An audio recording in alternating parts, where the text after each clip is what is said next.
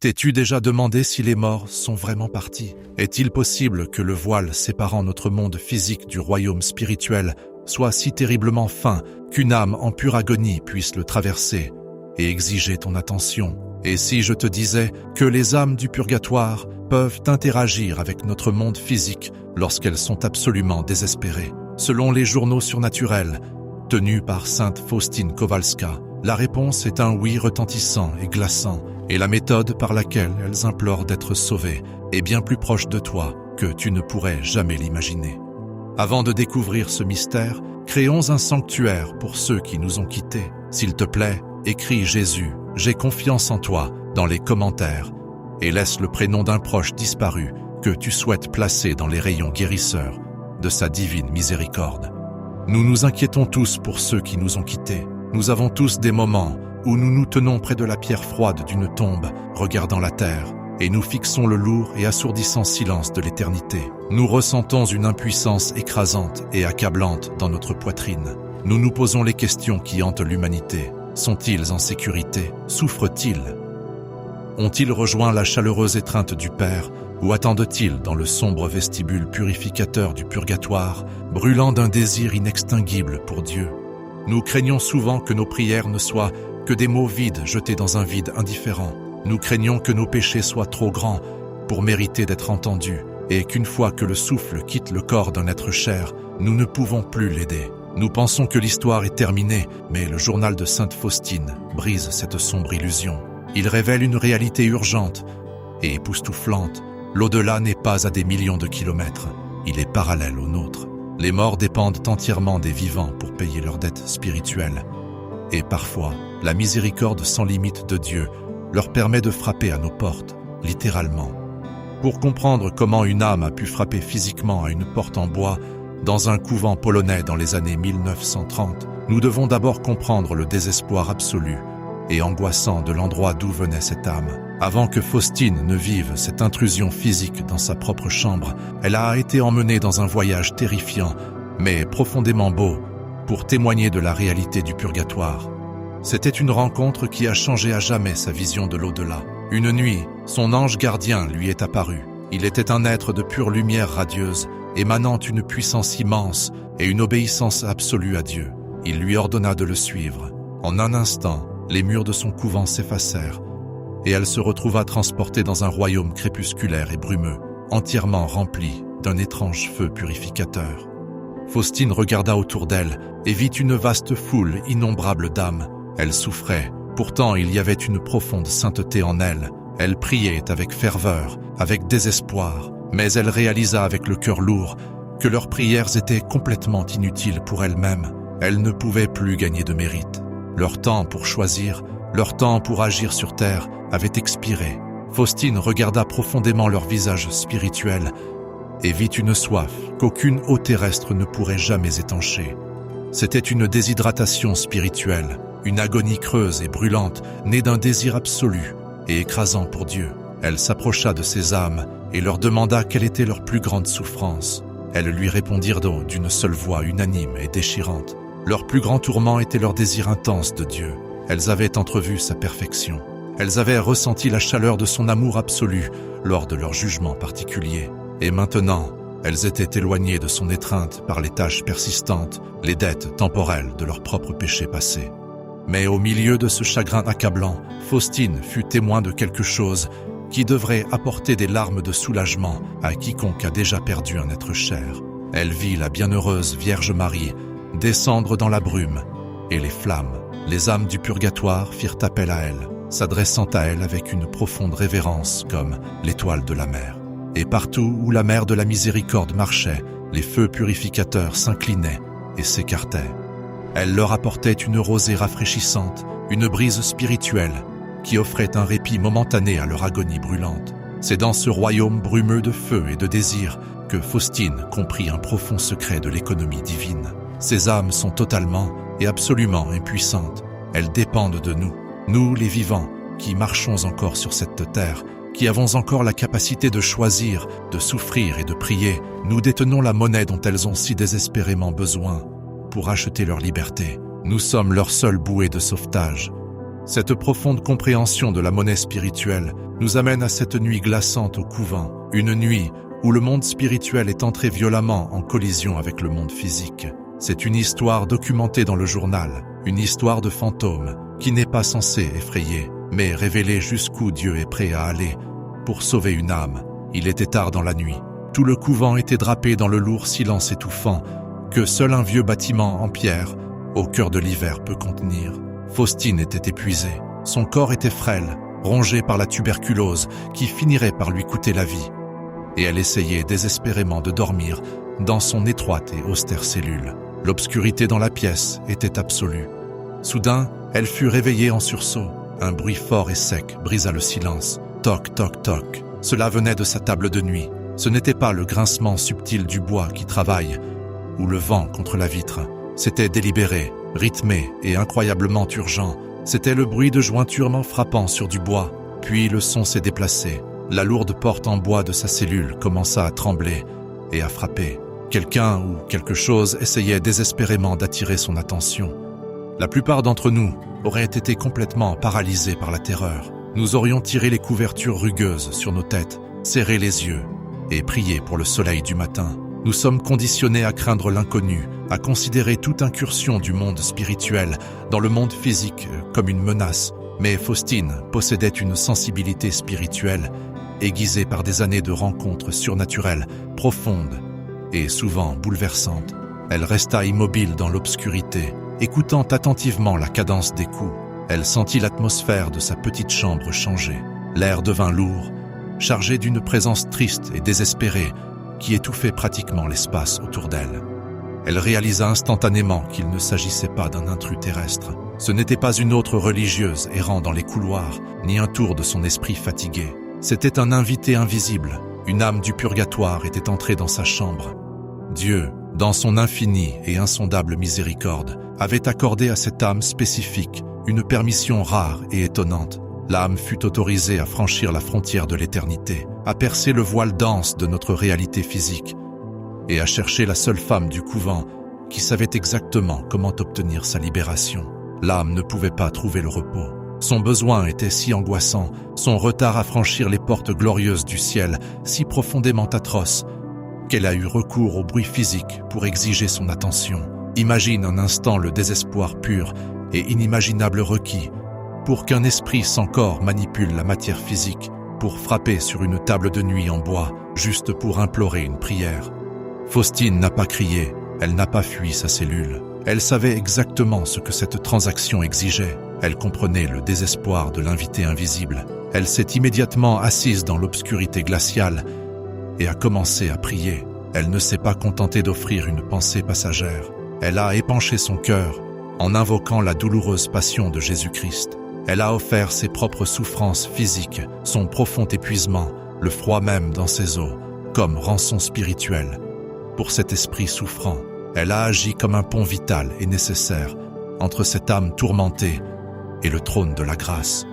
Et tandis qu'elle priait, tissant ses mots dans le royaume spirituel, elle remarqua un changement profond et immédiat dans l'atmosphère de sa chambre. La lourde et triste énergie qui pesait sur sa poitrine commença à se dissiper. C'était comme si un grand poids était retiré de l'air lui-même. Une fois la monnaie nécessaire de la prière entièrement payée, une fois la dette d'amour satisfaite par l'intercession de Faustine, l'invité invisible trouva ce qu'il était venu chercher. Les coups cessèrent complètement. Le tremblement de la porte s'arrêta. Le silence revint dans la cellule du couvent, mais cette fois, ce n'était pas le lourd silence oppressant de la tombe ou le calme étrange d'une intrusion. C'était le doux, lumineux et profond silence d'une âme qui, après une attente angoissante, avait enfin trouvé sa paix éternelle. L'âme était passée de l'autre côté, portée par les ailes de la prière confiante et immédiate de Faustine. Cette rencontre glaçante mais magnifique est une preuve documentée que l'au-delà n'est pas loin. Les morts ne sont pas vraiment partis. Ils sont parallèles à nous, séparés seulement par un rideau que nos yeux physiques ne peuvent pénétrer. Ils comptent sur nous. Et cela soulève une question à laquelle nous devons tous répondre. Si une âme peut être si désespérée au point de réveiller une religieuse au beau milieu de la nuit en frappant sur ses meubles, à quel point les âmes des membres de notre propre famille, de nos amis, de ceux qui sont morts et ont été oubliés par le monde sont-elles désespérées attendant que nous prononcions simplement leur nom dans la prière. Mais le journal de Sainte Faustine ne nous laisse pas seulement avec des histoires de purgatoire et d'invités invisibles. Jésus n'a pas simplement permis à Faustine d'être témoin du désespoir des âmes souffrantes. Il lui a donné l'arme ultime pour le vaincre. Une bouée de sauvetage si puissante qu'elle peut modifier la destinée éternelle d'une âme, au bord même de la damnation. Nous avons tous des moments où nous doutons de la puissance de nos prières. Nous regardons notre propre misère, nos propres échecs et péchés répétés. Nous regardons nos proches, qui sont peut-être morts, loin de l'Église, qui ont rejeté Dieu, qui ont vécu des vies empêtrées dans l'addiction, la colère ou un profond désespoir. Et nous nous disons, il est trop tard, le fossé est trop grand, la justice de Dieu doit sûrement les condamner. C'est ici que nous devons écouter les promesses spécifiques et consignées du Christ. Et alors Jésus a prononcé des mots qui devraient faire trembler le cœur de chaque pécheur, des mots qui servent d'encre dans les tempêtes les plus sombres et les plus terrifiantes de nos vies. Je suis l'amour et la miséricorde même. Il n'y a aucune misère qui puisse être à la mesure de ma miséricorde, et la misère ne l'épuisera pas non plus, car à mesure qu'elle s'accorde, elle grandit. L'âme qui a confiance en ma miséricorde est très heureuse, car je prends moi-même soin d'elle. Jésus a révélé à Faustine qu'il ne veut pas punir l'humanité souffrante. Il regarde nos brisures, non pas avec le calcul froid d'un juge, mais avec l'amour aspirant et désespéré d'un sauveur qui souhaite nous presser contre son cœur miséricordieux. Pour le prouver, Jésus a montré à Faustine la puissance pure et terrifiante du chapelet de la divine miséricorde, surtout à l'heure de la mort. C'est la troisième rencontre la plus critique, la promesse ultime qui garantit notre espérance. Faustine a écrit sur une expérience terrifiante où elle fut soudainement transportée en esprit au chevet d'un mourant. Cet homme ne s'éteignait pas paisiblement. Il était pris au piège dans une horrible et invisible bataille spirituelle. Une multitude de démons entourait son lit. C'étaient de sombres et terrifiantes entités planant au-dessus de lui, attendant de réclamer son âme, se nourrissant de son profond désespoir et amplifiant ses péchés passés. L'agonie de l'homme était visible sur son visage. Il s'étouffait physiquement par la terreur de sa propre culpabilité, regardant fixement dans l'abîme de ses propres échecs. Les démons lui assuraient qu'il était au-delà de tout salut, qu'il leur appartenait.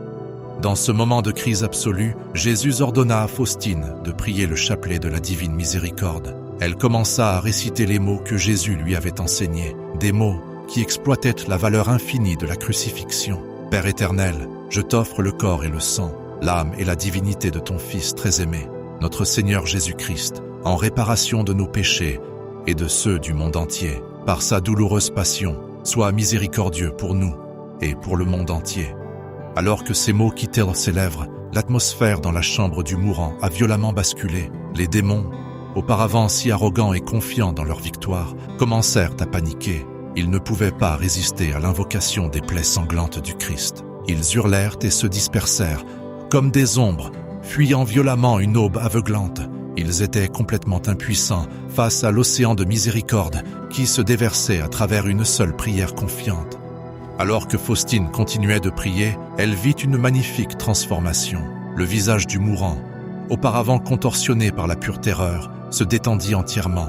La peur oppressante disparut de la pièce. Et alors Jésus apparut.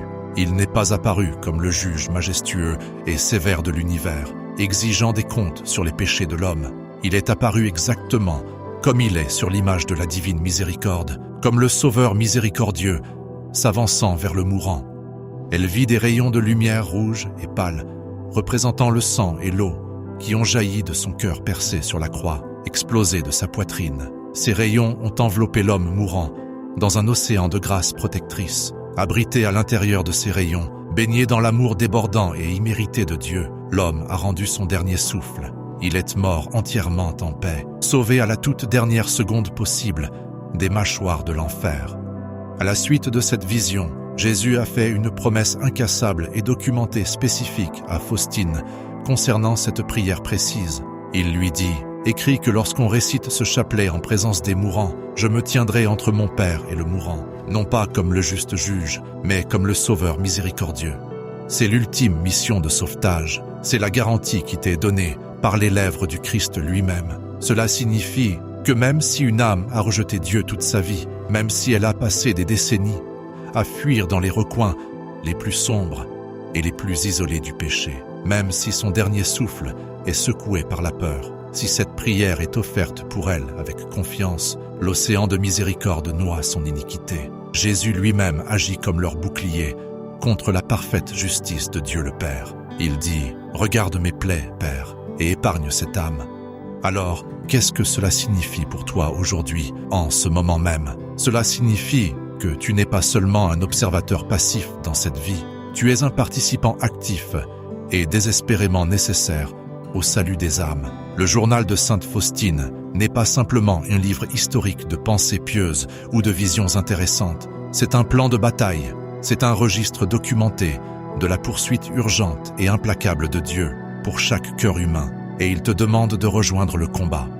Tu as un travail pratique et profondément puissant à accomplir. Quand l'horloge sonne 3 heures de l'après-midi, l'heure de la grande miséricorde, l'heure où Jésus était suspendu mourant sur la croix, tu as le pouvoir surnaturel de vider le purgatoire. À cette heure-là, Jésus a promis que tu peux tout obtenir pour toi-même et pour les autres en le demandant. Tu as le pouvoir de puiser mentalement dans le trésor infini et inépuisable du sang du Christ et de le verser sur les âmes brûlantes de tes proches, étanchant leur soif, payant leurs dettes et leur ouvrant les portes du ciel.